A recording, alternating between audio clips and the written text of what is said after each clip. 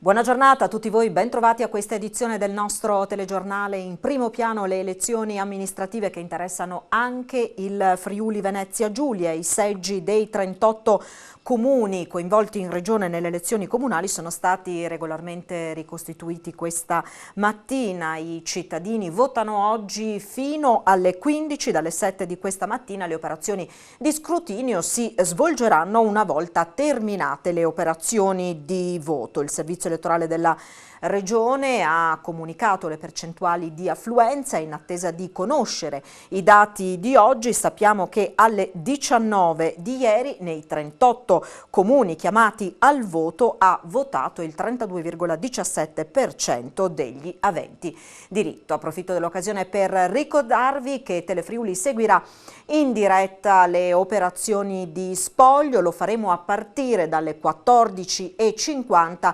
con aggiornamenti in tempo reale dai comuni interessati dal voto e naturalmente dandovi conto nel corso di tutto il pomeriggio dell'evoluzione della situazione. Siamo alla cronaca. Stroncata da un arresto cardiocircolatorio, una donna di 65 anni è morta ieri a poca distanza dal sagrato della chiesa di Cornappo di Taipana. Nella vicina Nimis un operaio è rimasto ustionato dall'acido in un'azienda agricola. Il servizio.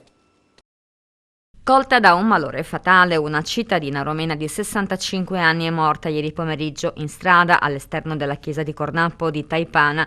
Inutili purtroppo i soccorsi prestati dal personale medico inviato dalla Sores, intervenuto con l'ambulanza e con l'automedica. Per lei non è rimasto altro da fare se non decretare il decesso. La salma è stata poi composta in camera mortuaria affidata alla famiglia per la celebrazione dei funerali. Nella vicina Nimis poi, sempre ieri pomeriggio, un operaio di un'azienda agricola è stato soccorso dopo essere rimasto ustionato a una parte del volto mentre stava pulendo una cisterna utilizzando dell'acido. È stato accolto all'ospedale di Udine dove è stato medicato a un occhio, non avrebbe riportato comunque una lesione permanente. Sul posto, oltre ai sanitari, anche gli ispettori del lavoro dell'azienda sanitaria. Era il 4 ottobre del 2019 quando in questura a Trieste sono stati uccisi gli agenti Matteo De Menego e Pierluigi Rotta. 2 anni da quel terribile fatto di cronaca, la città ha ricordato i 2 agenti con una messa. Erano da poco passate le 16, 2 anni fa, quando Leandro Meran ha sfilato la pistola a Pierluigi Rotta e ha aperto il fuoco uccidendo l'agente e il suo collega Matteo De Menego, scatenando poi il panico nella questura di Trieste, dalla quale il cittadino domenicano è riuscito quasi a scappare venendo fermato all'esterno da alcuni operatori della squadra mobile. Il 4 ottobre 2019 di Trieste era iniziato al mattino presto con il banale furto di un motorino di cui Meran era sospettato ed è culminato con il duplice omicidio di 2 poliziotti. Una giornata contrassegnata dal dolore proseguito poi nei giorni successivi, nel corso dei quali triestini e non si sono recati in pellegrinaggio proprio in questura per portare la solidarietà alle forze dell'ordine così drammaticamente colpite. Il funerale 2 settimane dopo, il 18 ottobre prossimo, ci sarà anche la seconda udienza nel corso della quale verranno sentiti i parenti dei figli delle stelle. Il dibattimento in corte d'assise sarà poi incentrato sulla perizia psichiatrica. Una è già stata fatta e ha considerato Meran, detenuto nel carcere di Verona, solo parzialmente capace di intendere e volere. Oggi in molti hanno voluto ricordare De Menego e Rotta. Il presidente della regione Massimiliano Federiga e Deborah Serracchiani, capogruppo del Partito Democratico, sui canali social hanno mandato un pensiero ai 2 agenti uccisi. In mattinata è stata deposta dal prefetto Valerio Valenti e dal questore Irene Tittoni una corona nel famedio della questura e poi celebrata la Santa Messa in ricordo dei 2 agenti. Buonanotte, buonanotte. Ciao. 3 incidenti si sono verificati nelle ultime ore sulle strade del Friuli, 3 le persone accolte in ospedale tra Udine e Pordenone. 4 persone sono rimaste ferite a seguito di 3 incidenti stradali accaduti nelle ultime ore in Friuli. Nel primo, verificatosi a Cividale, in via Trieste, è stato soccorso un pensionato di 77 anni del posto, travolto da un'auto mentre pedalava in sella alla sua bici. Ha riportato un trauma cranico ed è stato trasportato all'ospedale di Udine con l'ambulanza.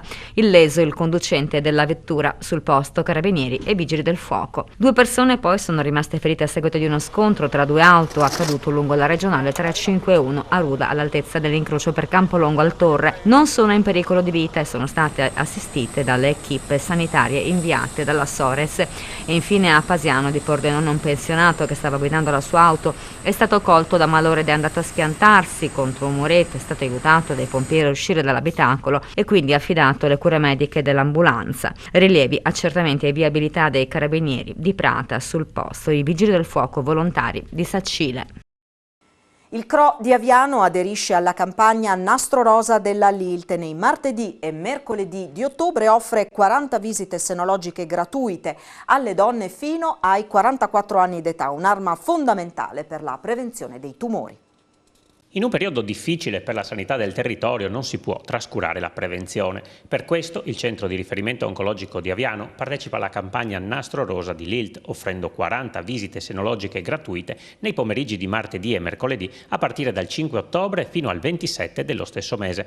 Le visite saranno concentrate nella fascia oraria tra le 15 e le 16:40, una ogni 20 minuti fino a esaurimento posti.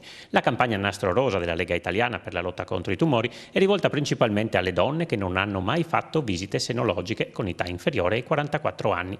Le donne over 45, d'altro canto, partecipano allo screening regionale gratuito che viene effettuato ogni 2 anni. Il CRO ricorda che per accedere alla struttura è obbligatorio sottoporsi al triage collocato all'esterno dell'ingresso principale dell'istituto. Sul sito è possibile scaricare in anticipo l'autocertificazione da consegnare al personale. Gli ambulatori individuati per le visite senologiche sono il 23 e il 24 e si trovano al primo piano. Per le prenotazioni delle visite gratuite è necessario contattare l'ufficio relazioni con il pubblico dal lunedì al venerdì tra le 10 e le 12.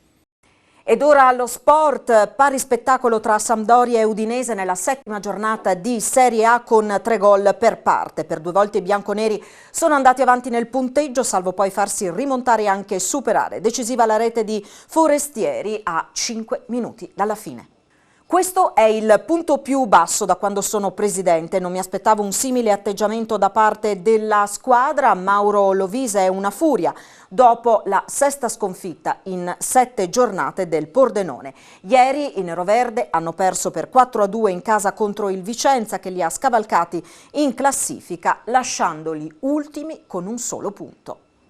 Questo credo che sia il punto più basso in assoluto di quando sono presidente. Devo fare delle riflessioni importanti, perché così no, perché così si rischia di perdere la dignità e poi si rischia di buttare via tutto quel lavoro che stiamo facendo sotto e a livello societario. Io l'unica cosa che posso garantire ai tifosi, e questo ve l'assicuro, perché che il nostro campionato veramente comincerà con la Ternana, ma comincerà veramente, credetemi. Io sono più preoccupato dell'atteggiamento dopo aver fatto il 2-2.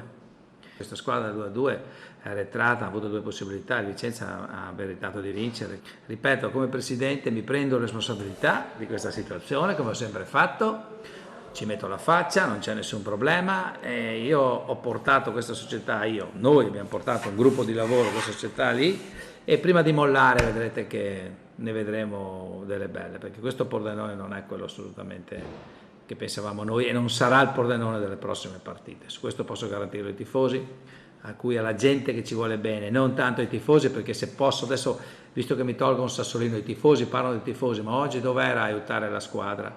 Erano 600-700 persone col settore giovanile, quindi è facile parlare. Io ci metto la faccia e cercherò di tirare fuori da questa situazione del Pordenone. Insieme ai giocatori ne usciremo. Poi però bisogna criticare un po' meno e dare una mano. Avete visto il tifo del Vicenza oggi? Avete visto che curva? Una squadra che aveva un punto, avete visto come si sono mossi? 400 persone a tifare. Allora questo mi fa anche pensare poi da un lato, no? Era questa l'ultima notizia del nostro telegiornale. Vi ricordo tra pochissimo l'appuntamento con A Voi la Linea. Arrivederci.